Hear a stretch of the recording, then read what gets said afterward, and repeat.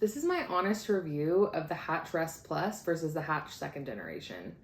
We have both in our house, and I'm really happy with them both. We used the first one with my son, who is 2 years old now, and I just had my second baby, and we are using the Hatch Rest Plus second generation.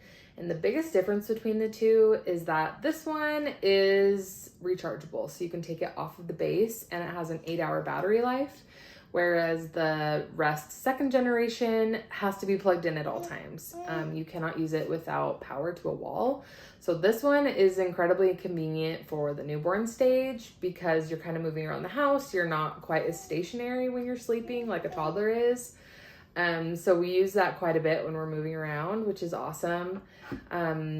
The 8-hour battery life has its ups and downs. I feel like it's not enough to kind of bring it on vacation or do something without the base, but it is nice for like day-to-day things when you don't want to be tethered to the wall.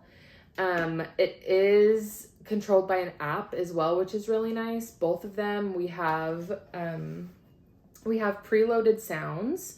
So when we want to turn it on, and as long as we have Wi-Fi, we can connect from our phones to both devices. So for example, on his, I have the ocean sounds programmed. And so if I'm in the other room or something and I want to turn it on, then I can just tap it on my app and it will turn on, which is really, really nice and convenient, as well as turning it off. So I can turn it off from the phone as well. And then to turn it on from the actual device, I just tap it and it will turn on. And then as well as turning it off, all you have to do is touch the top for a couple seconds and it turns off on its own. There's lots of different lights and sounds on both of them. You can also change that within the app. So if you did want a light on, you can turn on a light. We have the red light, green light function, the ready to wake clock for my toddler, which is really convenient when the toddler sleep regressions hit.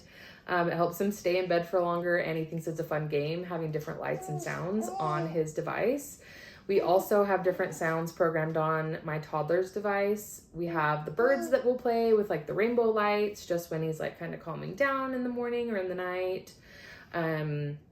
So those are features that I really love about the devices. And like I said, the biggest difference between the two is that this one is rechargeable. If I were to buy another one again, I probably would go with this one just for the versatility. And it's only, I think, about $20 more expensive to have that feature, and it is pretty nice. But in general, I think both of them are great. They all have just about the same features that are free within the app as far as lights and sounds. There is a subscription that you can purchase through the app. I've never gotten it. I have no opinion on that because I've never used it. But as far as all the free features, I think that's been plenty for us.